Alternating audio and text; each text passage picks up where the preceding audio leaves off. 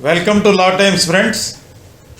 Today we try to see that if a complaint is not received, if a complaint is not registered by police,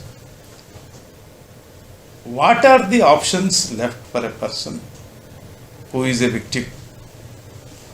Let us see the category of kind of offences which are mentioned in the Schedule 1 of CRPC.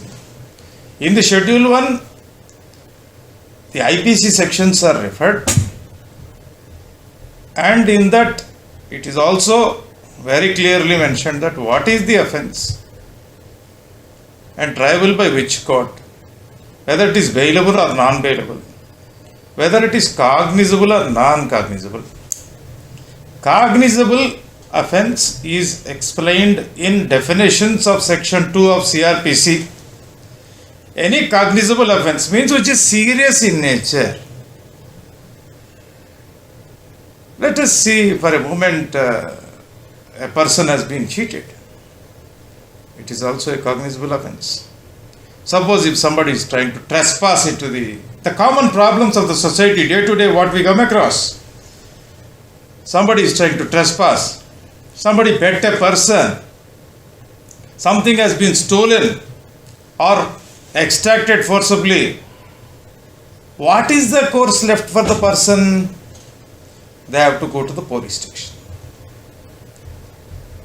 They will try to tell police. First, the outside, the guard who is standing with the rifle will stop the person.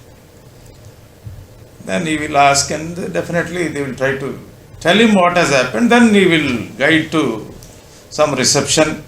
Nowadays there are receptions in the police stations also.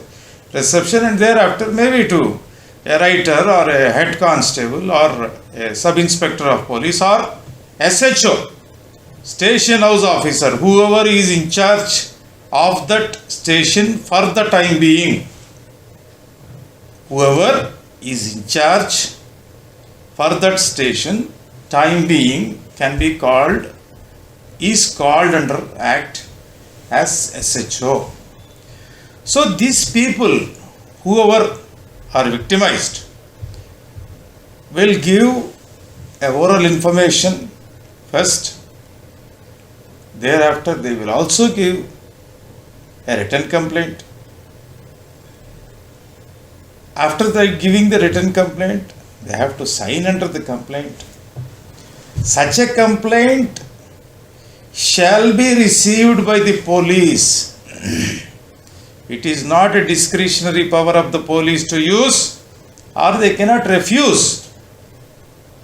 If the offence is cognizable offence, that means something serious, something grievous, something important considered by law and Schedule 1 of the category of the CRPC. If it is a cognizable offence, the allegations which are made by the victims has to be reduced in the form of a writing, in the form of a complaint, and that has to be signed, and the officer, whoever is it, has to reduce the same into writing in the general diary of the police station and shall take action upon it. That is what is mentioned in the section 154 subclause 1. Now, suppose some offence took place against women, like outraging the modesty of the woman, or it goes up to maybe rape, or maybe woman has been black and blue beaten by some people, or for the purpose of extraction of money, or whatever it is. Any offence which is occurred on women, what is the procedure that prescribed under CRPC is, the moment this victim goes to the police station, it is the duty of the police officer, whoever is there, has to sit this lady before a lady officer or a lady constable to take down in writing and then make the FIR. This is what is prescribed in the CRPC. Now again we will go back to the question. What is that? Even after receipt of this kind of information, police doesn't register a case. Maybe some of you might have heard in the society or might have come across that, sir, we went to the police station with a grievance. They have not taken our complaint. It is a common thing which we hear. I am not pointing out whose fault is it here. I am trying to establish and trying to tell what exactly law says, what happens if what doesn't happen. What has to take place if something has not taken place. Now we have seen subclass 1 that the police shall take cognizable offence into writing signed by the victim and take action upon it. And in the event of offences against the woman, the procedure also explained. If these two things are omitted by the police, if they have not taken any action, to whom we have to go? What is the way? Section 154 subclass 3 prescribes that if the police station or officer in charge of a police station has not taken action, you have to give a complaint to the superintendent of police in the event if it is a district, or a commissioner of a police if it is a city.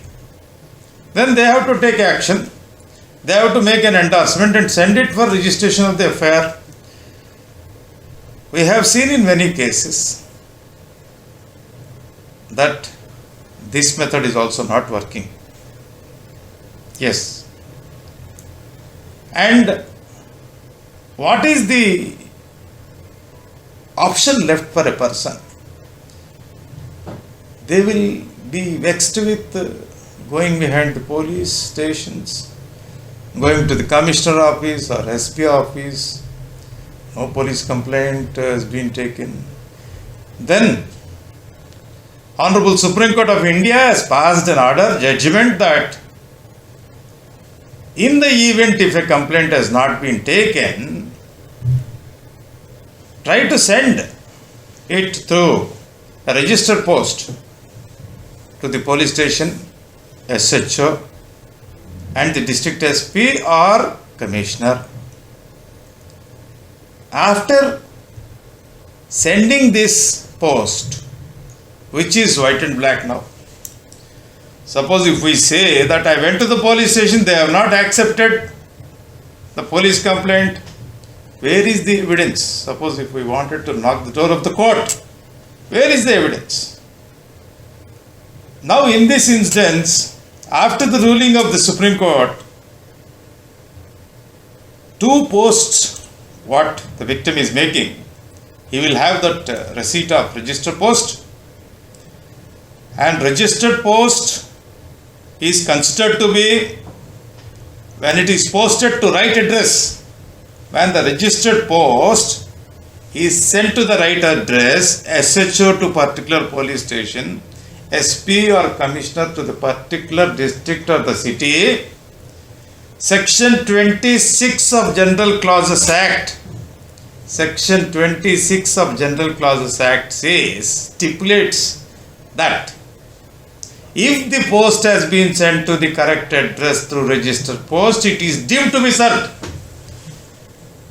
It is deemed to be served as per the Section 26 of the General Clauses Act. Even if the cover is returned or even if no action has been taken, the receipt what you have with you will be an evidence.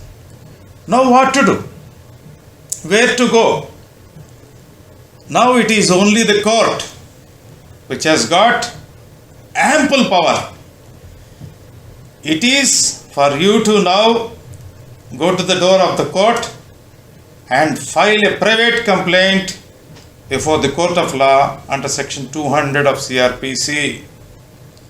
200 of CRPC gives every citizen that they can make a private complaint in writing, submit it to the court, whatever the evidence you have, whatever the allegations that you are making against whom, who are the accused persons supposed to be committed offences.